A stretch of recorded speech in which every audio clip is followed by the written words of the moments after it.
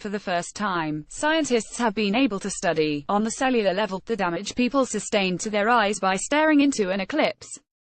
The precise name for eclipse-induced retinal damage is solar retinopathy. It's a rare condition, since eclipses themselves are rare, and it currently has no treatment. This may change that. Researchers from Mount Sinai used adaptive optics technology, or AO, to look for solar retinopathy in patients in the wake of the solar eclipse that occurred on August 21, 2017. AO makes images sharper. It's the same technology inside telescopes that make stars focused and easier to see when you look through one. Now, it's being used to make the view of microscopic cells more precise, too. Keep up with this story and more by subscribing. Know before AO. The only way for doctors to see this kind of detail was by looking at cell samples on glass slides under a microscope. But with AO, they can look at the tiny structures within a living patient's retina, in real time, with an unprecedented level of detail. Specifically, it allows them to examine a part of the retina called the photoreceptor layer, the part that corresponds to where the light rays from the sun would focus if you looked at it during an eclipse. A paper describing the work was published December 7 in the scientific journal JAMA Ophthalmology. Fans watched the solar eclipse during the third day of the Winston-Salem Open at Wake Forest University on August 21, 2017 in Winston-Salem, North Carolina.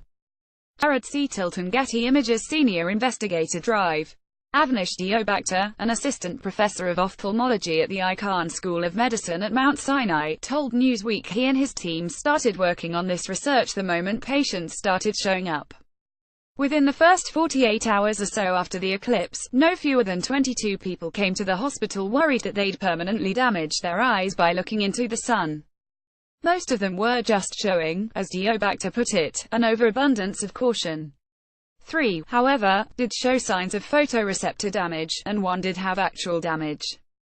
Most of them had only looked at the eclipse for a few seconds, as Trump appeared to do when he looked at the eclipse without protective glasses. The one woman who incurred permanent damage had looked for 21 seconds, and this woman, her story is she was outside and had initially looked at the sun briefly and realized she shouldn't be. Deobacter told Newsweek. And she saw someone nearby with glasses and asked to borrow them. They'd been looking at the sun, so she thought they were legitimate eclipse glasses. They weren't. The woman came to Mount Sinai complaining of a black spot in her vision, which Deobacter presumes is permanent. She had burned a hole into each of eyes retinas, but what's really interesting is, she says it's a black spot when you verbally ask her about it, Deobacter said. But when she drew a crescent, which would make sense in terms of the part of the sun that wasn't obscured by the moon. That's never been seen before. It's like the eclipse shape was burned into her retina. The diamond ring effect is seen during the Great American Eclipse on August 21, 2017, at Casper College, Wyoming. Jean Blevins' Getty Image AO has been around since the 1990s, according to Deobacter, when it was used by the United States military for laser tracking.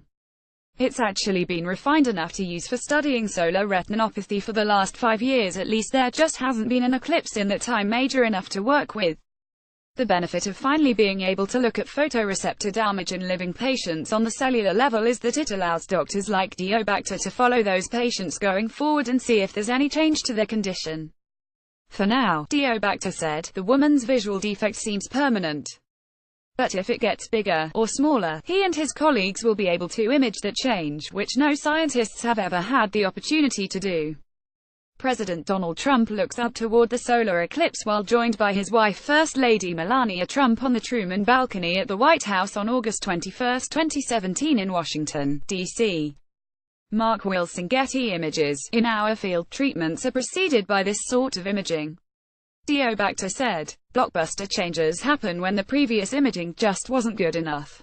This is one of those big types of imaging modalities that can do that. As for the person from whom the unfortunate patient borrowed the glasses in the first place, that person, I have no idea what happened to them. Deobacter said, I suspect there are plenty out there, well, at least some out there, who haven't actually gone to an eye hospital but have some type of structural damage.